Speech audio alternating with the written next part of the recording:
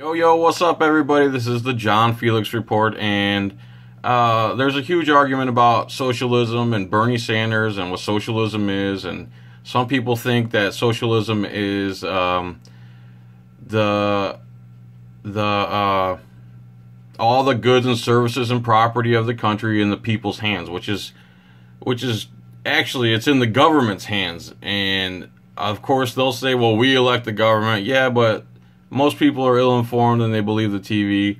And Michael Frank especially he posts this video, and I told him I would rebuke this video point by point, so here we go.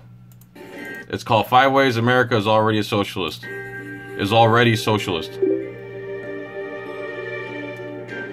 No word strikes more fear into the heart of Fox News anchors. So there you go, right off the bat, Fox News anchors. Fox News is garbage. Fox News, in my opinion, are leftists. Yeah, MSNBC and all those stations are extreme leftists, but Fox News are also leftists. They're all pro-war. They're all, they're full of shit. The Republican Party in general is full of shit. In my opinion, in my views, they're leftists. So right away, whoever she is, I don't know who she is, but she gets real schmarmy, or whatever the term may be. In this video, you'll see. No 4 syllables shakes the 1% more to its core. No 4 syllables shakes the 1% to its core. I'm not the 1%, and the word socialism scares the hell out of me. So let's go over here. Communist Manifesto and the 10 planks. And if you go to the definition of socialism, that's another thing. I should have put that in here. Let me pause the video real quick. Pause.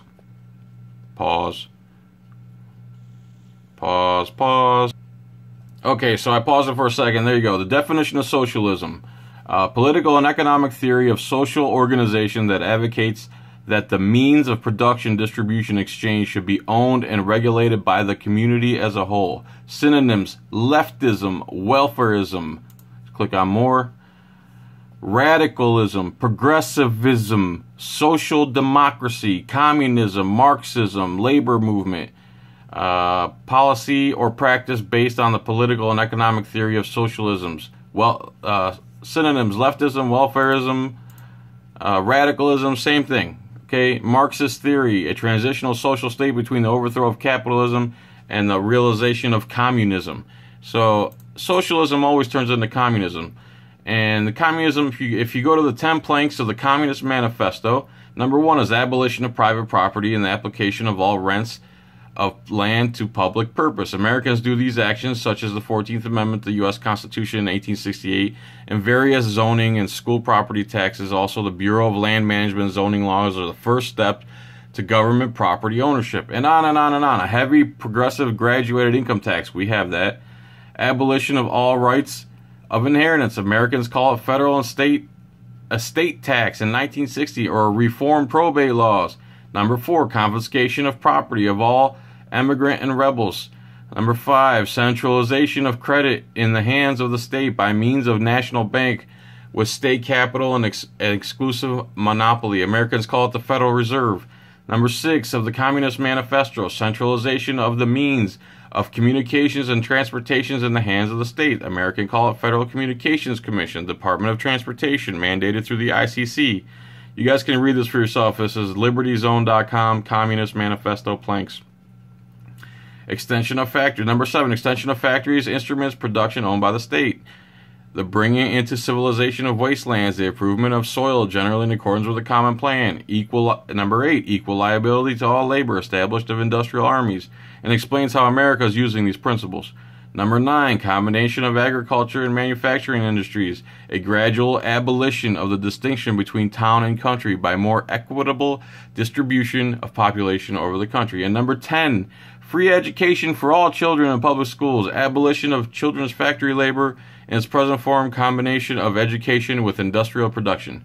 Alright, so let's go back to this lame video that Mike posted. Here we go. Then socialism. The problem with socialism is So they showed, what's her name there? I forgot her name, the Alaskan governor. Sarah Palin. She's an idiot. They're going to show a bunch of idiots from Fox News, and yes, they're all idiots.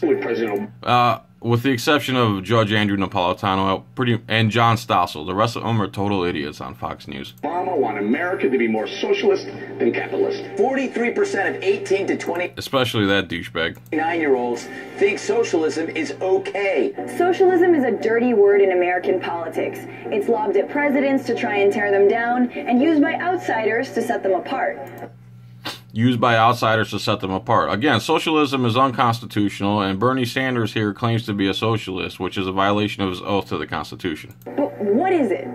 Socialism is a political and economic theory of social organization that advocates the means of production, distribution, and exchange should be owned or regulated by the community as a whole.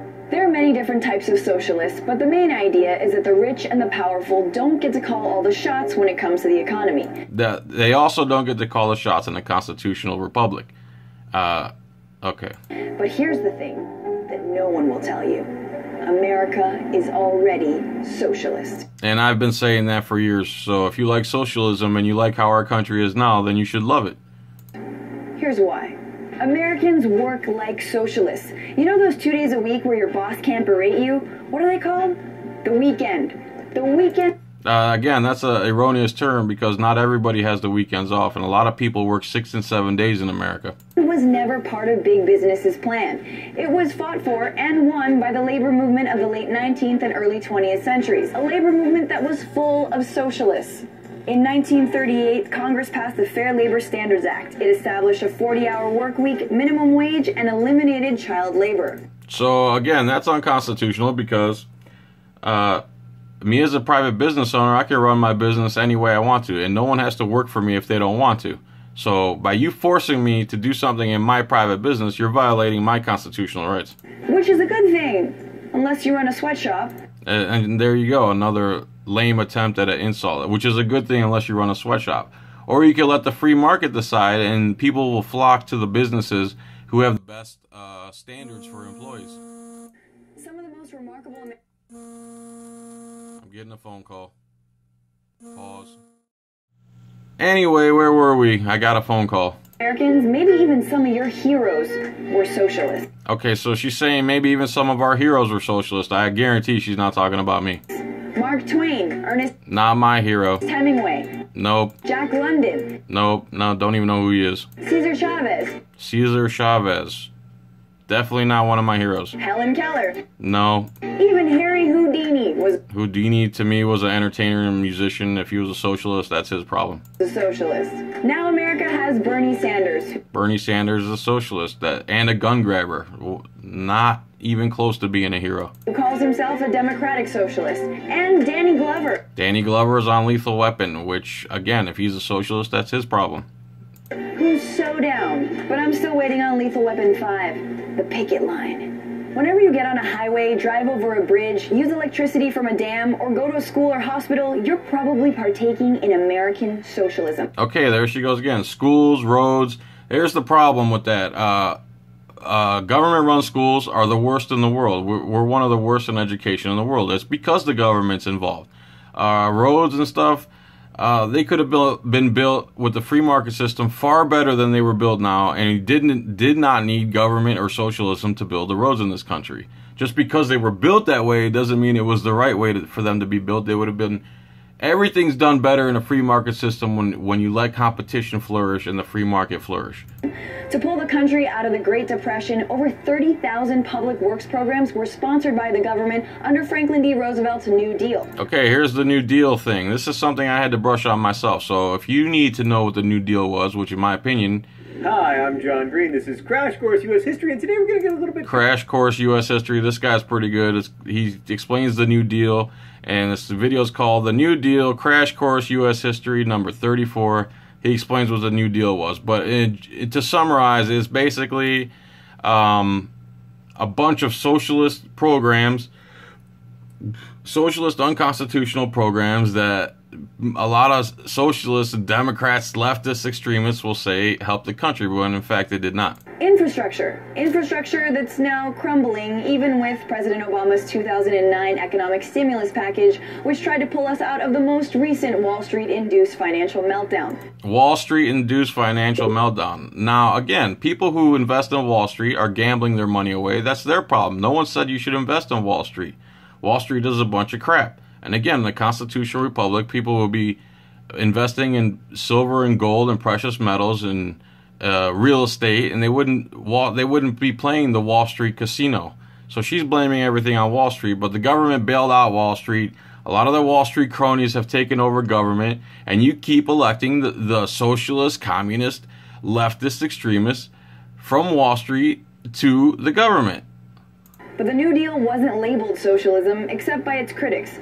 FDR defended it, saying, "The test of our progress is not whether we add more to the abundance of those who have much, it is whether we provide enough for those who have little." And who's we? Who the government? Again, the government doesn't have any money. So who's we? The rest of the people who are working and didn't fuck up? The New Deal also included unemployment insurance and Social Security, making sure that you could... Social Security, another unconstitutional socialist idea. That's not legal. If they wanted to make it legal, we should be able to opt out of it if we didn't want to. As a matter of fact, when I was 18, I went to the Social Security Administration and tried to opt out, and they wouldn't let me. Get back on your feet when you lose your job, and you're taken care of when you get old and crotchety. You could call it big government socialism, or just looking out for one another. Or you could call it, you steal money out of my paycheck that I don't want to, that I could put into a better investment than Social Security. Because only a moron would trust the government with their money. The military, the one area of spending no one would dare call socialist. And yet, it's largely funded by you, the taxpayer. Yeah, because in the Constitution, you're supposed to defend our country. And the military is way out of proportionally, money is spent way out of proportion in the military. And yeah, that's when it becomes socialistic. But if you did the constitutional approach, our military would mostly be here defending our borders and not overseas. And it would be a far less money spent. Strange, for all the wars the U.S. has fought trying to stop the spread of socialist ideas, you'd think that war was a capitalist venture. Around 27% of... If it was a capitalist venture, war would be a lot more streamlined, a lot more efficient, and it wouldn't be run the way it is now when they have an endless tax farm to suck off of and spend trillions of our dollars defending Israel, basically, and giving them $3 billion a year since 1967. Your tax dollar goes to fund the biggest and most expensive military in the world, with a budget of $500. And if they followed the Constitution, it would be around 6 to 8%. $198.5 or less billion. Compare that to spending on unemployment, Social Security, education, science, and infrastructure, and it looks like the military is red all over. Good God, y'all. Welfare is also one of those things that's bad-mouthed for being socialist. Welfare is socialism. Because why take care of the needy? Because why take care of the needy? It's not necessarily the needy, and the needy would be taken care of if we ran a constitutional republic. We'd be the wealthiest country in the world again, and we'd have plenty of extra to take care of the needy. And a lot of the people who claim to be needy are able-bodied men and women who can work and provide for themselves. What about corporate welfare? Corporate welfare is bad, and again, in a constitutional republic, you would not have corporate welfare. Since 2000, Uncle Sam has given $68 billion in business grants and tax credits, 2/3 of which has gone to large corporations. Which is, and again, in a constitutional republic, things like this wouldn't happen. Transportation and energy are the biggest beneficiaries. Even some of the biggest corporations, like Walmart, encourage their employees to use food stamps and other government services, because apparently the most profitable corporation in the world can't pay a livable wage. They could pay a livable wage, but they don't. And the solution is, don't work there. I don't work there because they don't. I can't work at Walmart because they don't provide a livable wage, and that's why I don't work there. It's almost like socialism. They act like someone's forced to work at Walmart. Somebody forcing them to work there? They choose those jobs. It's fine if it helps the rich, but No, it's not fine if it helps the rich. Who said it was fine if it helps the rich? Only a moron would say that. You're the one saying it, not me. Terrible if it helps everyone else. In the end of the day, socialism is as American as... No, socialism is the absolute opposite of American. The Constitution is American. Socialism is what they did in Eastern Bloc Russia and Europe, and that's what they did in Germany. Socialism does not work. As a matter of fact, Nazis, the word Nazi means National Socialist. Apple pie. Bought at a Walmart with food stamps. So she thinks she's slick, but in all actuality, she's just making a fool out of herself. Anyone with half a brain can see right through her garbage. So there you go, Mike. There's my response to this lame video you put up. She's full of shit. Socialism's full of shit. It doesn't work. The Constitution is the answer, period. It always has been. It always will be. It's the best document ever written. Thanks for watching the John Filax Report. Please like and subscribe. Bye.